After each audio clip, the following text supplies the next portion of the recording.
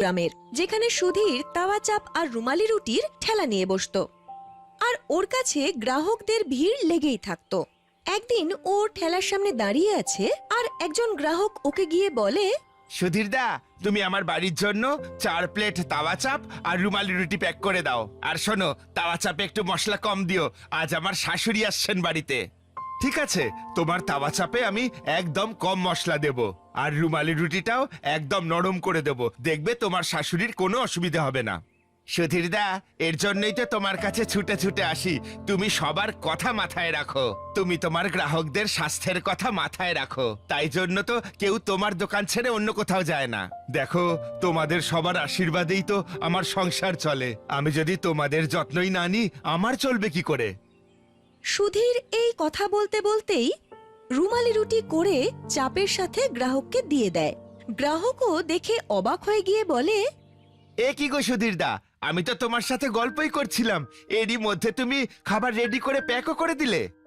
গ্রাহকও খুশি মনে চলে যায়। সুধীরের একটা গুণ ছিল, সুধীর সমস্ত গ্রাহকদের সাথে মিষ্টি মুখে কথা বলতো। সবাই কথার মধ্যে ব্যস্ত থাকতো, আর এই সময়ের মধ্যে সুধীর ওদেরকে তাওয়া চাপ আর রুমালি রুটি বানিয়ে দিয়ে দিত।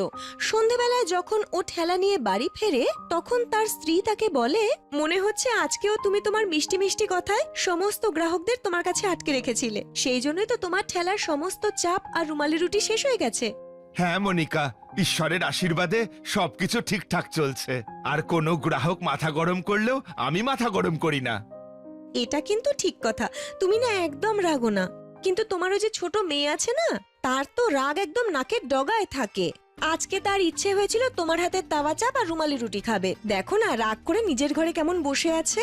তুমি একদম চিন্তা করো না, আমি এখনই গিয়ে ওর সাথে কথা বলে আসছি।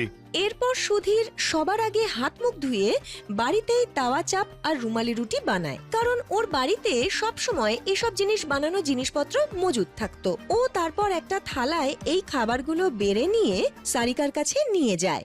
সারিকা রুমালি রুটির সুগন্ধে উঠে পড়ে আর তার বাবাকে বলে, বাবা, আমি জানতাম তুমি কখনো আমাকে নিরাশ করবে না। দেখলে, তুমি আমাকে তাওয়া চাপ আর রুমালি রুটি এনে দিলে তো।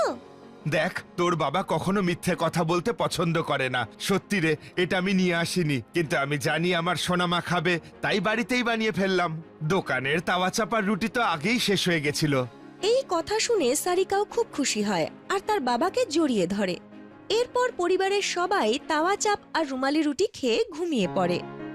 কিন্তু পরের দিন যেই সুধীর তার ঠেলা নিয়ে বাজারে যায়, তখন গ্রামে দুটো গুন্ডা এসে যত ঠেলা বাজারে ছিল সব সরিয়ে দেয়। এইসব দেখে সুধীরের খুব খারাপ লাগে।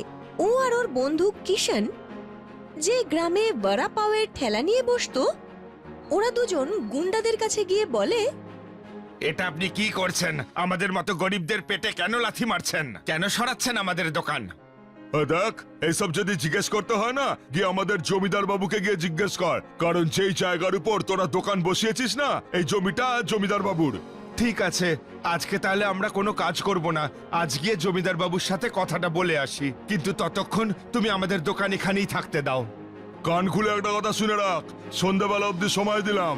সন্ধ্যাবেলার মধ্যে যদি জমিদার বাবু না বলেন যে তোরা এখানে দোকান দিতে পারবি, তাহলে আগামীকাল থেকে এখানে ব্যবসা করার কথা তোরা ভুলে যা।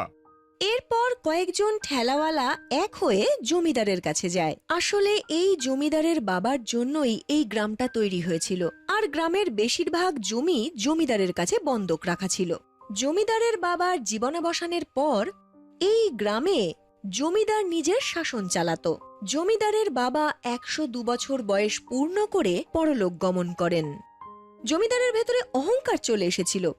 সবাই ওর কাছে যায় আর জমিদার বলে, আমি খুব ভালো করে জানি তোরা সবাই এখানে কেন এসেছিস, কিন্তু একটা কথা শুনে নে, আমি কোনো দান ছত্র খুলে বসিনি।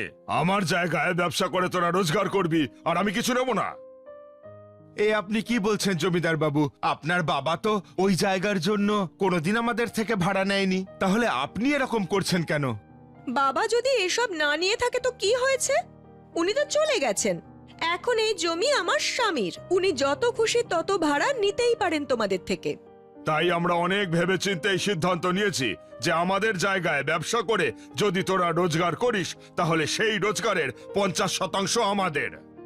বাবু, আমাদের উপর এমন অত্যাচার করবেন না। আমরা যা রোজগার করি তার অর্ধেক টাকা তো জিনিসপত্র কিনতেই চলে যায়, বাকি অর্ধেক আপনাকে দিয়ে দিলে আমাদের সংসারটা চলবে কেমন করে? যদি তাই হয়ে থাকে তাহলে রাস্তায় ঘুরে ঘুরে ব্যবসা করো। আমাদের কাছে এত ফালতু সময় নেই, বুঝেছো, যে আমরা আমাদের জমি তোমাদের মতো লোকেদের দিয়ে দেব। এই কথা বলে জমিদার আর তার স্ত্রী বাড়ির ভেতরে চলে যায়। সবাই আরো বেশি চিন্তায় পড়ে যায়। জমিদারের জমিতেই কিষান বড়াপাওয়ের ঠেলা নিয়ে বসতো।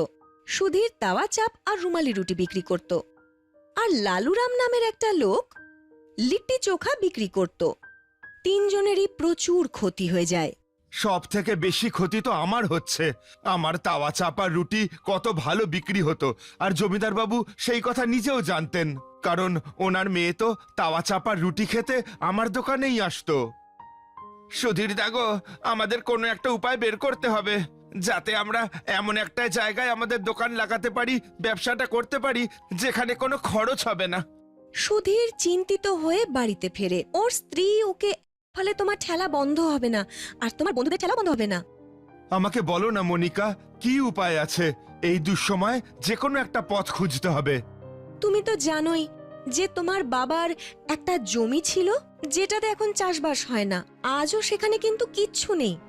যদি ওই জমিতে তোমরা সবাই ঠেলা নিয়ে বসো